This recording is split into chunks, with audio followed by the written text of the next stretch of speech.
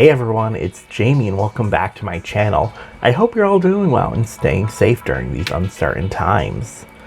Today I had an interesting idea. So I had watched Lilsimie's latest video where she made a house look like a cat. And the whole time I was watching it, I was like, what if, hear me out, follow me, what if we made a house inspired by the cat tree, or one of the cat trees, I guess, that we got from Cats and Dogs. I know, terrible idea, but I couldn't help but do it. So that's what I did today. So I had to use the same lot she did, because I'm the worst human. But you see here, I wanted to do a house that looked just like this cat tree. There was no rhyme or reason, other than the whole time I was watching her make a house that looked like a cat. I was like, you know what? Why not? If you guys have not seen a video, I have a past video where I talked about the Sims traits and I had the idea of it. And literally the idea I had the day I had the idea, she like literally posted a video of her also talking about the traits and how they also needed work. And I was so mad. So in that video, I declare Lilsimie my enemy and claim that she killed my family.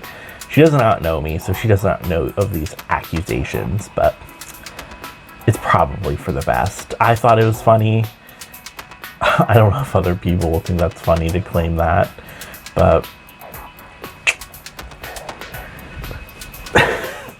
anyways, so we're just here in the great empty world of Newcrest, and I was like, you know what Newcrest needs? A house that looks like, oh wow, my computer is so noisy and laggy right now. I do not know what's happening. So I apologize if you hear it screaming. I actually have a new computer coming next week. This computer has been overheating for the past few months, like way too, like, I literally will go on Google and I'll start overheating, so I decided it might be time. Even though I literally just got this last year, I'm kind of mad about that. Luckily, Dell is still willing to buy it back, so I'm going to sell it back to them. I'm not going to get even like half of what I paid for it, but like whatever. At this point, I don't even care. I'm just like so upset though. I'm like, why is it so terrible? So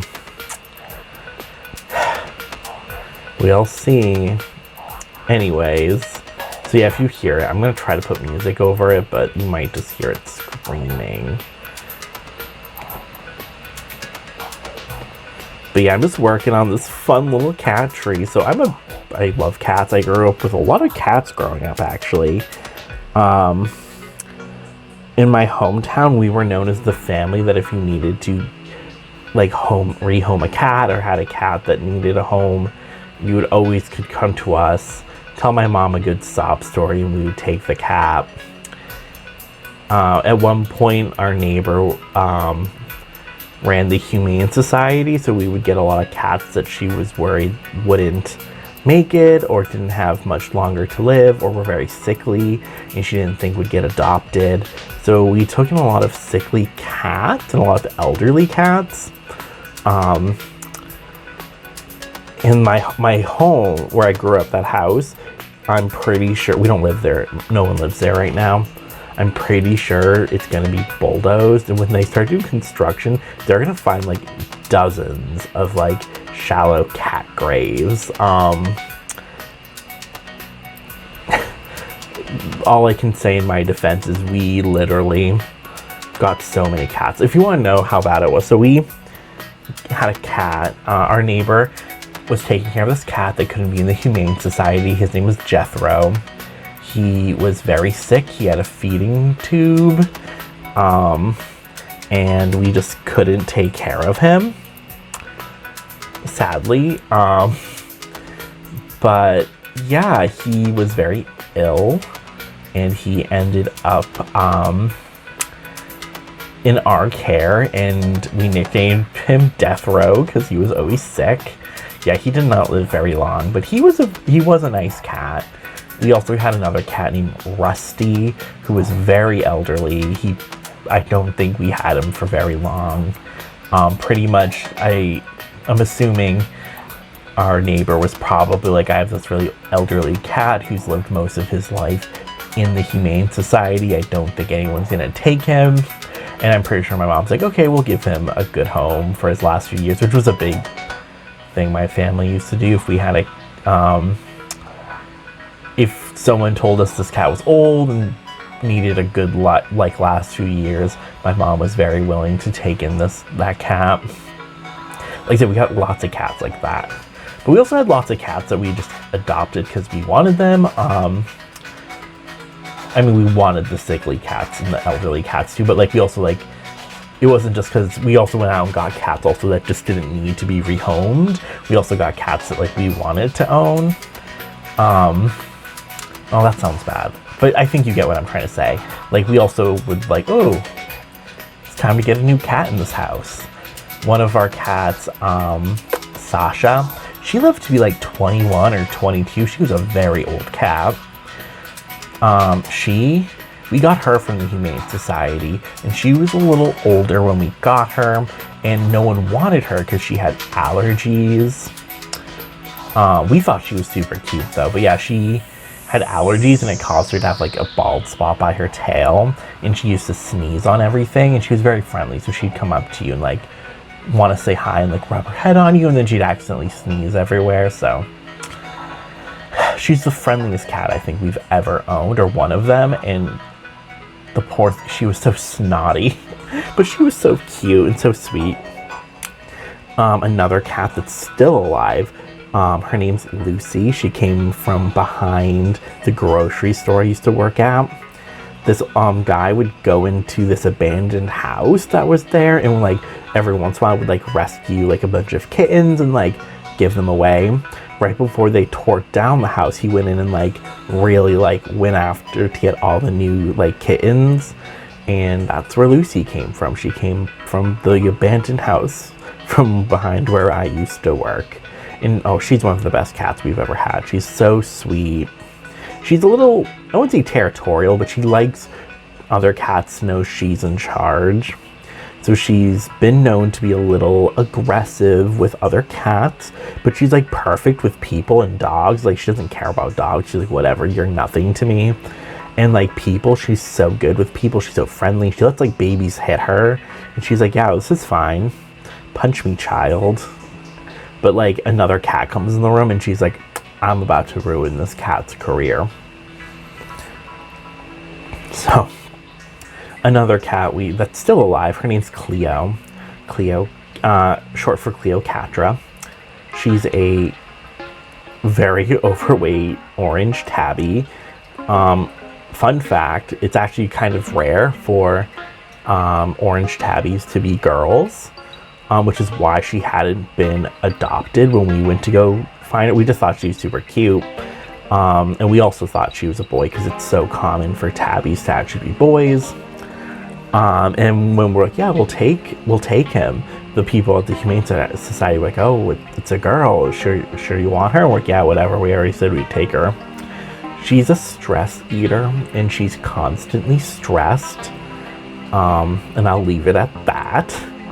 Another cat we had that died last year, her name was Missy.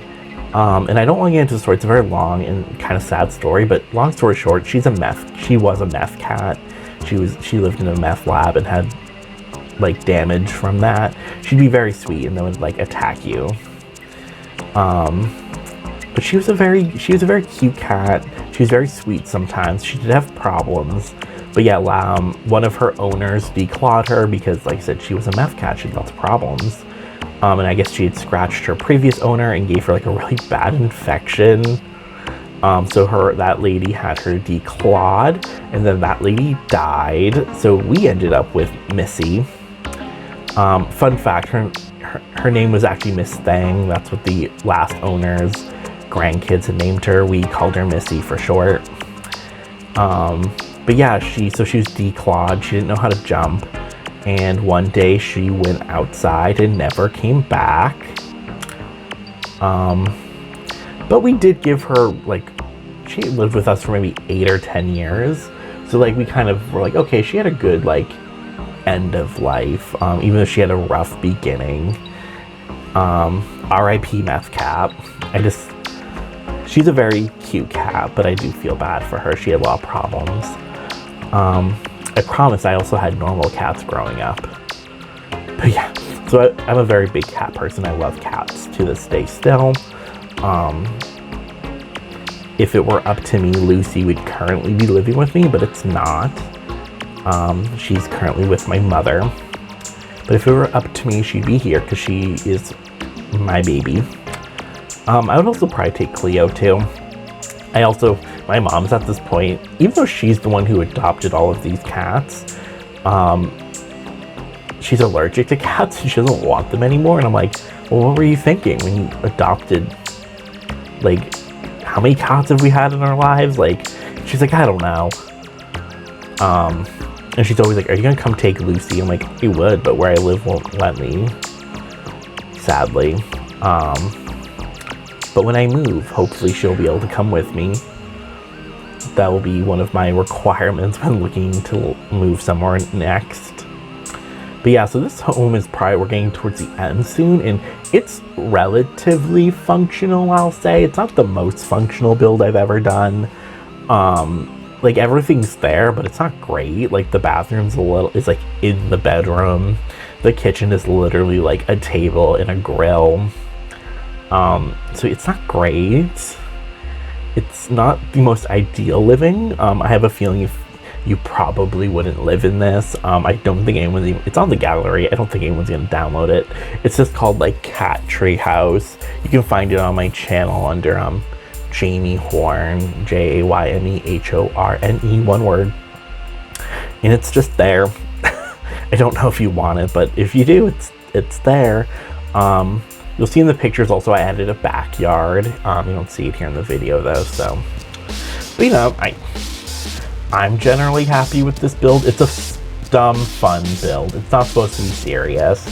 So, anyways, I think that's really about it. I put down some things here in the front and that's it really. And then I did the backyard off camera. So go download this off the gallery if you want. If you want to live in a cat tree house. And I'll see you hopefully in the next one.